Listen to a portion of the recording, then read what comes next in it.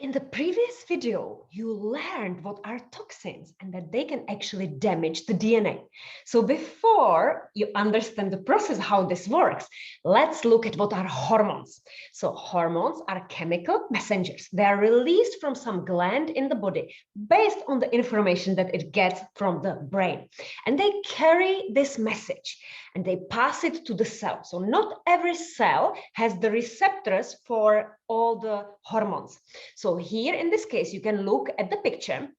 You can see that, for example, insulin, which is an anabolic hormone, attaches to the receptor, so that's the blue ball, and opens the gate so that the red balls, which is glucose, the source of energy, can enter into the cell and can be turned into ATP, adenosine triphosphate, which is a currency of the body to pay, for example, for muscle contraction or for any other function.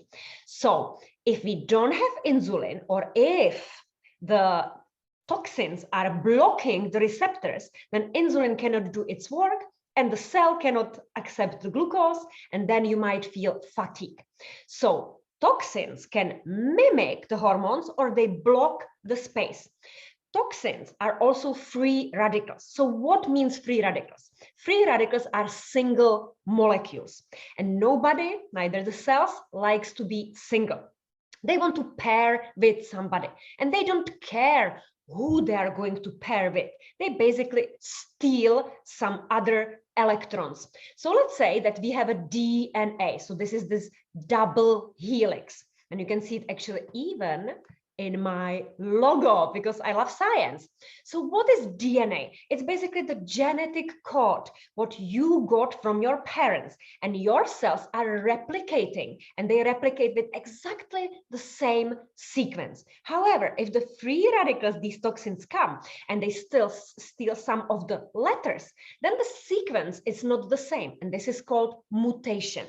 And if the cell is mutating with the mistake 1 to 5 to 10 times, it can create cancer.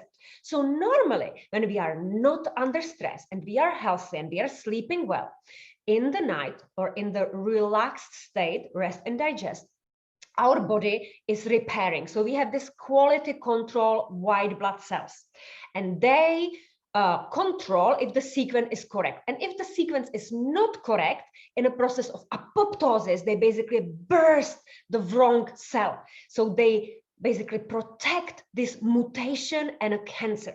However, if you are under stress and your immune system is already depleted and tired from all the other tasks that you are giving it, chances are that the cell will be mutating. So you see that toxins, the free radicals, is not what you want to have.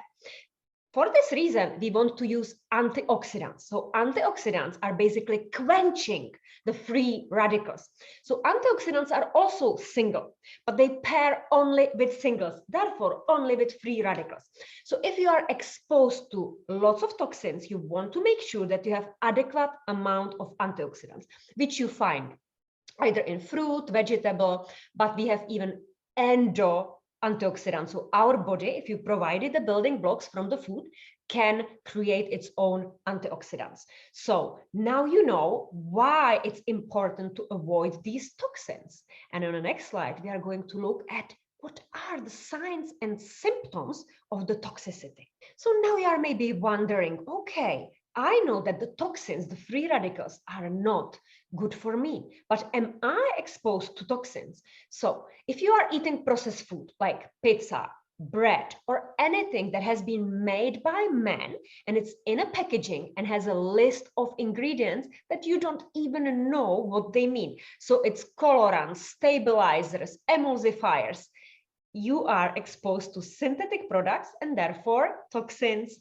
Maybe you are eating dairy. In what amount and what quality? Is it organic dairy, or is it dairy that is filled with antibiotics and herbicides and pesticides that actually come from what the animal was eating.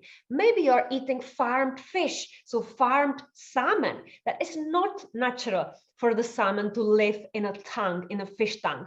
And it's actually fed with chemicals, so it's not a natural environment. Maybe you're eating large fish like tuna, the most popular fish. But tuna lives for 20 to 50 years in a very polluted ocean, and therefore it's consuming heavy toxic metals like mercury, and mercury is then stored in the fat and in the flesh, so you are eating. So again, you would need to check from which sources it's coming. And for example, are you buying it in a can or in a glass? Are you using beauty products? What is in these beauty products? Is it all natural oils, or are there any derivatives? Are you living in an old house and maybe there used to be a mold and you paint it with this anti-mold, therefore chemical paint over it, but yet you are still inhaling it. Maybe you have mercury fillings. Maybe you have them for like 20 years. And of course, even this material, amalgam, is made from mercury, so 50% of it is mercury. And if there are like small cracks that are invisible to you, this mercury is leaching out and you're basically swallowing. And for example, if you suffer with gum disease or you have some bleeding, there is a real entrance into the bloodstream, and it can cause the systemic toxicity.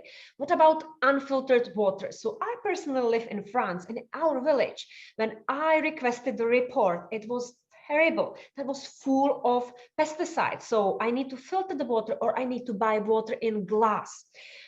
Maybe are you living in a city and you exercise, you cycle, or you are running along a busy track? So this might be completely counterproductive, because in that moment your lungs are expanding and you are inhaling more of the pollution. So again, take this into consideration, and it is nearly impossible to avoid all the toxicity in the environment. But here I would want to bring the point of compounding effect. So if you eat healthily, eat healthy food, you are not stressed, you are sleeping well, and you are relaxed, and you are providing building blocks to your body to detoxify daily, chances are that you are clearing majority of the toxins out. However, if you are exposed to all these products daily and you are under stress, it might be dangerous for you. And I would consider and invite you to get the blood test done and see what is the filtration rate of your kidneys. What is your gut flora? So you can do the stool test. Blood test results, for example, even the red blood cells, the size of them, inflammation in the body, so the C-reactive protein, white blood cells, are they exhausted or are they in an optimal shape? And maybe even liver enzymes.